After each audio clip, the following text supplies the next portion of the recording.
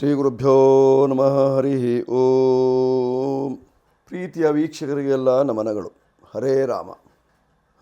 ಆತ್ಮೀಯ ವೀಕ್ಷಕರಿಗೆಲ್ಲ ಭಗವತಿ ಸಂಕಲ್ಪಕ್ಕೆ ಸ್ವಾಗತ, ನಮಸ್ಕಾರಗಳು.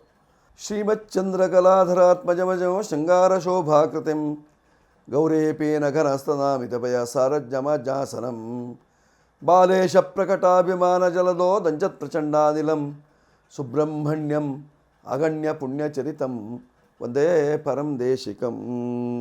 ಶ್ರೀ ಸುಬ್ರಹ್ಮಣ್ಯೇಶ್ವರಾಯ ನಮಃ.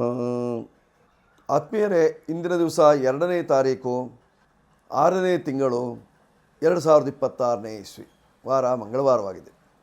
ಇಂದಿನ ದಿವಸದ ಪಂಚಾಂಗ ಹೇಗಿದೆ, ಖಗೋಳದಲ್ಲಿಯ ಗ್ರಹಗಳ ಸ್ಥಿತಿ ಹೇಗಿದೆ, ಹಾಗೂ ಇವತ್ತಿನ ದಿವಸದ ರಾಶಿ ಭವಿಷ್ಯ ಹೇಗಿದೆ ಹೇಳುವಂಥದ್ದನ್ನು ವೀಕ್ಷಣೆ ಮಾಡೋಣ.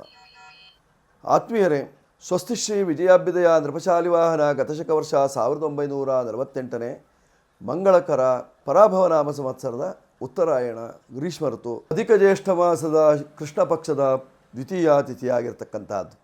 ವಾರ ಮಂಗಳವಾರವಾಗಿದೆ. ಈ ದಿವಸ ನಕ್ಷತ್ರ ಮೂಲಾ ನಕ್ಷತ್ರ ಇರತಕ್ಕಂಥದ್ದು. ಈ ದಿವಸದ ಯೋಗ ಸಾಧ್ಯನಾಮ ಯೋಗ ಇದೆ, ಗರಜಾಕರಣ ಇದೆ ಇವತ್ತಿನ ಪಂಚಾಂಗದಲ್ಲಿ.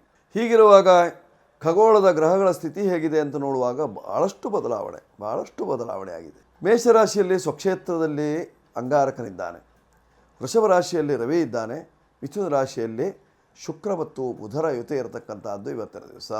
ಕರ್ಕಾಟಕಕ್ಕೆ ಗುರುವಿನ ಪ್ರವೇಶವಾಯಿತು, ಎಷ್ಟು ಸಂತೋಷ ನೋಡಿ. ಮಿಥುನ ರಾಶಿಯವರಿಗೆ ಪೂರ್ಣ ಗುರುಬಲ, ಕರ್ಕಾಟಕ ರಾಶಿಯವರಿಗೆ ಆನೆಯ ಬಲ. ಹೀಗಾಗಿ ಕರ್ಕಾಟಕ ರಾಶಿಯವರಿಗೆ ಅತ್ಯಂತ ಅನುಕೂಲದ ಸ್ಥಿತಿಯಾಗಿರ್ತಕ್ಕಂಥದ್ದು. ಅದರ ಜನ್ಮರಾಶಿಗೆ ಬಂದಾಗ ಉದ್ಯೋಗದ ವಿಚಾರದಲ್ಲಿ ಸ್ವಲ್ಪ ತೊಡಕುಂಟಾಗ್ತದೆ, ಅದನ್ನು ಮುಂದೆ ನೋಡೋಣ.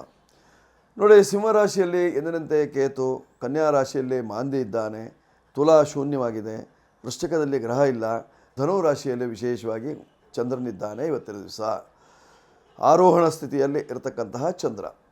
ಹೀಗಿರುವಾಗ ಮಕರ ಶೂನ್ಯ, ಕುಂಭದಲ್ಲಿ ರಾಹು, ಮೀನದಲ್ಲಿ ಶನಿ ಮಹಾತ್ಮ. ಇದು ಇವತ್ತಿನ ಗ್ರಹ ಸ್ಥಿತಿ. ಹೀಗಿರುವಾಗ ಮೇಷಾದಿ 12 ರಾಶಿಗಳ ಫಲಾಫಲಗಳು ಹೇಗೆ?